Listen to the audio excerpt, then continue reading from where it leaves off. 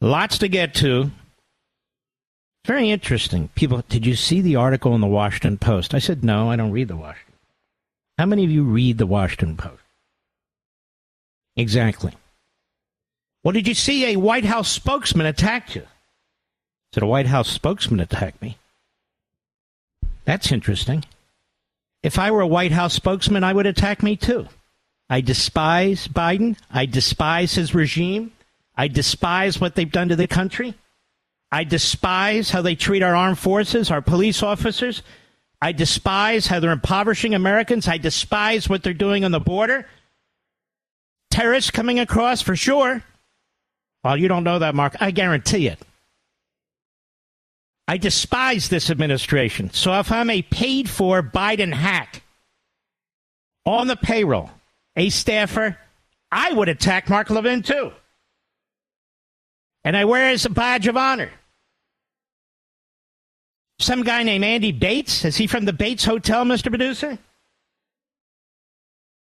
These guys work for a man in Joe Biden who was a racist and segregationist in the early part of his career.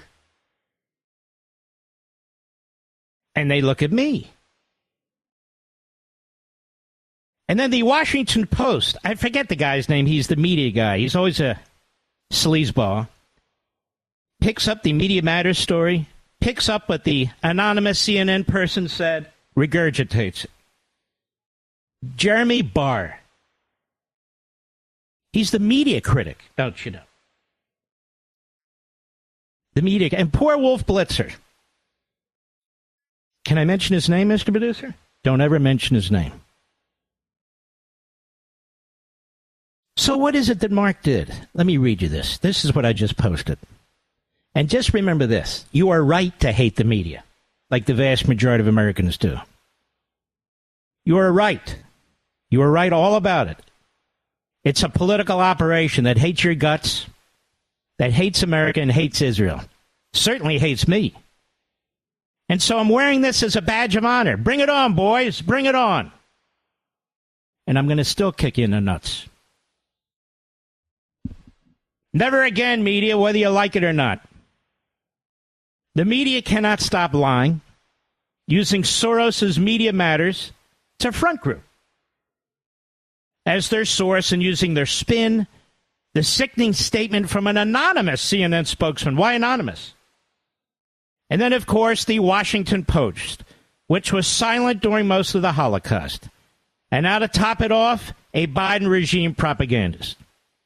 It won't work. As they hang on the words were or weren't. Did he say were or weren't? Well, it must have been weren't. Wow. What an earthquake. The media have been horrendous in their coverage of the October 7th slaughter of Israeli Jews and their subsequent use of Hamas lies, including the notorious reporting about the Gaza hospital, which they blamed on Israel.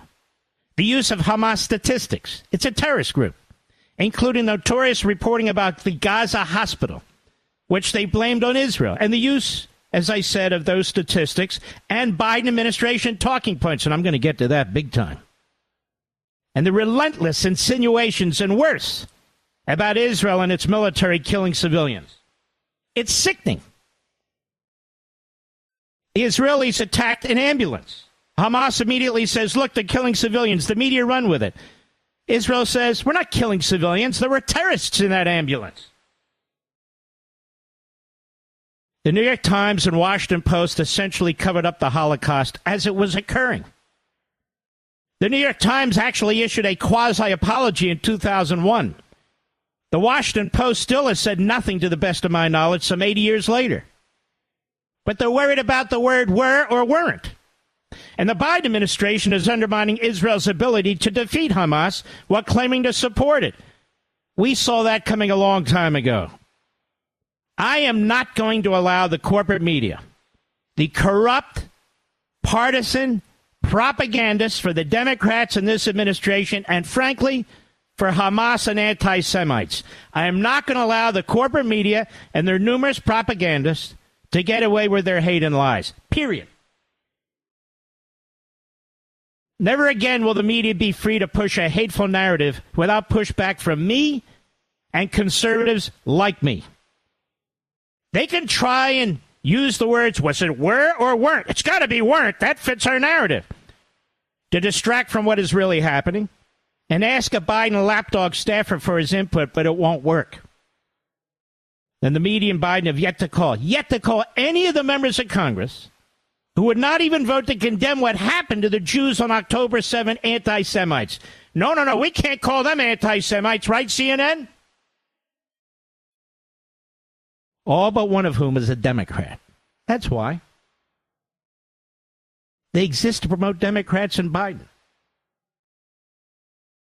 Indeed, when anti-Semitism has reached historic highs in our country, Joe Biden refuses to call out specific colleges, groups, media personalities, and Democrats for spewing their poison. Why? Biden and his media are a disgrace, and I will remain unrelenting.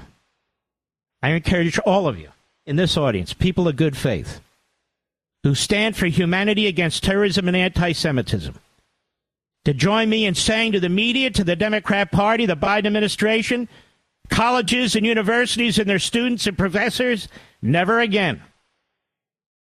I'm not going to be intimidated, and neither should any of you. I'm going to tell you something that I haven't said yet, but it seems like the right time. I told my brother's son, I told my nephew, when he left our country to go to Israel several weeks ago to fight these terrorists, which is exactly what he's doing as I speak to you.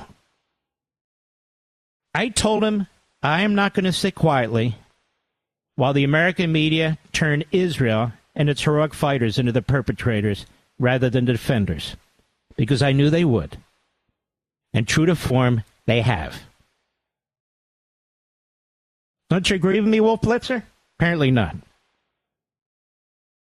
In my own case, there's no price too high for me to pay speaking out in our country against the media Democrat cabal compared to what the people in Israel are going through, or even the people in the United States. Twist, spin, deceive, false narratives, and lies. That defines the Washington Post. That defines CNN. That defines all the reprobate surrogates who use tax-exempt status to pretend that they're bipartisan charities to smear anybody who disagrees with them, like nice little Marxists.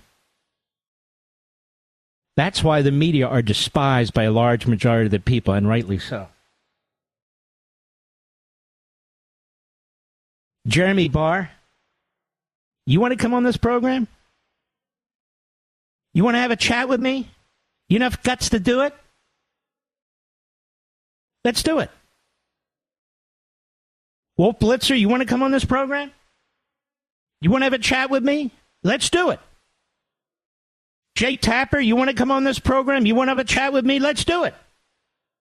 Andy Bates, coward, buffoon, moron, which you must be to work for Biden. You want to come on this program, tough guy? Let's do it. But they won't. Because there's phonies and frauds and liars. I posted for you, so I don't waste your time this evening, what I said last evening, discussing this entire topic.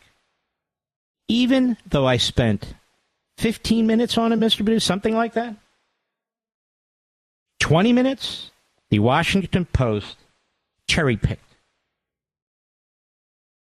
Then they go to their friends at the White House, because they are one of the same. Do you have a comment on Mark Levin's attack on Wolf Blitzer? If I wanted to attack Wolf Blitzer about his heritage and his background, I'd know how to say it explicitly in detail. That certainly was not the point.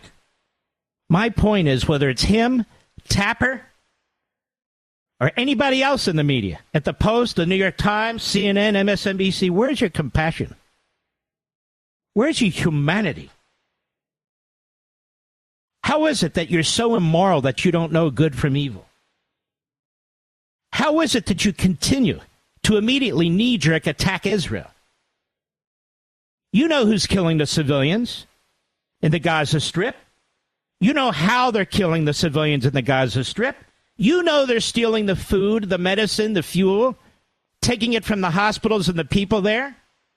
You yourself say out of one side of your mouth that the people there, the Palestinians, they don't support Hamas. They're not like Hamas, despite the fact they voted them in.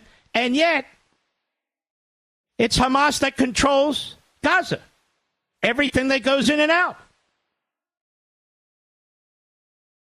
You're sickening. Jeremy Barr, you're grotesque. You're a liar.